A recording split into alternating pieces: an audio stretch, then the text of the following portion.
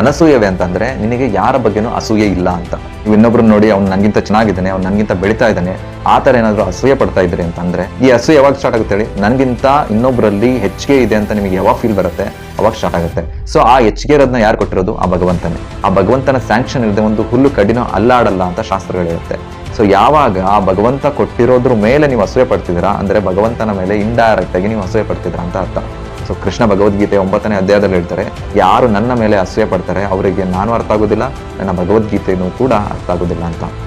So ಹಾಗಾಗಿ ಭಗವದ್ಗೀತೆ ನಿಮ್ಮ scholarship ಇಂದ ನಿಮ್ಗೆ ಅರ್ಥ ಆಗುವಂಥದ್ದಲ್ಲ, ನಿಮ್ಮ ಒಳಗಿನ ಶುದ್ಧ ಮನಸ್ಸಿನಿಂದ ಅರ್ಥ ಆಗುವಂಥದ್ದು. ಯಾಕಂತ ಅಂದ್ರೆ ಇದು ಒಳಗಿನ ನಾಲೆಡ್ಜ್ ಹೊರತು ಹೊರಗಿನ ನಾಲೆಡ್ಜ್ ಅಲ್ಲ. ಕೃಷ್ಣ ಇನ್ನೊಂದು ಶ್ಲೋಕದಲ್ಲಿ ಹೇಳ್ತಾರೆ, ಸುಹೃದಂ ಸರ್ವಭೂತಾನಾಂ ಅಂತ. ಹಾಗೆ ಸರ್ವಸ್ಯ ಚಾಹಂ ಹೃದಯ ಸನ್ನಿವಿಷ್ಟೋ ಅಂತ. ಹಾಗಂದ್ರೆ ನಾನು ನಿನ್ನ ಹಾರ್ಟ್ ಅಲ್ಲಿ ಕುತ್ಕೊಂಡಿದ್ದೀನಿ, ಎಲ್ಲದನ್ನು ಕೂಡ ಅಬ್ಸರ್ವ್ ಮಾಡ್ತಾ ಇದ್ದೀನಿ ಅಂತ. ಸೊ ಹಾಗಾಗಿ ನಿಮ್ಮಲ್ಲಿ ಅನಸೂಯವೇ ಅನ್ನೋ ಗುಣ.